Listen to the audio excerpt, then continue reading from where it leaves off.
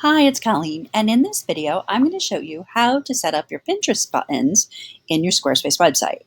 So, let's see, we're on our home, our landing page menu when we first log into Squarespace. You're going to click Marketing, and you're just going to kind of scroll down here until you see Pinterest Save Buttons. Now, I can't remember now what the Squarespace default is, but if you click on here, you have some choices for either disabled, enabled for blogs, or enabled for blogs, pages, and products. Now, this is the little buttons that are going to pop up when people hover over your images. And it's great to have them over all of your images, but it gets kind of messy. And most of the images that are on a regular website aren't going to necessarily be optimized for Pinterest. They're not going to look really good.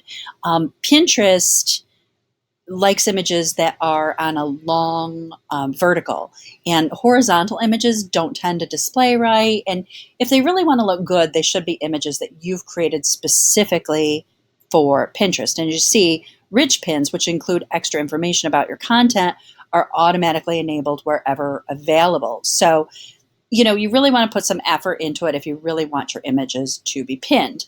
Now, I always check enabled for blogs. And that's so whenever I have a blog image, I'll go to my blog so you can see. See, now I'll click on this and it should pop up. Let's see. Well, there's a pin. I don't know why it's over there, but Squarespace has been a little odd today as I've been doing my tutorials. Anyway, that's going to be where it's going to give you the option to, when you scroll over, to save that specific image to Pinterest.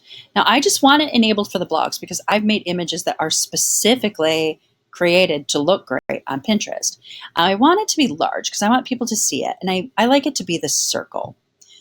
And there's that.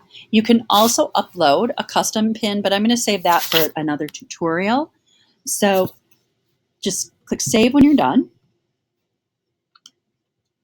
and go on back home. And you can check, make sure it's working by just kind of going to your site, heading to your blog, clicking on an image, and making sure you got the rollover.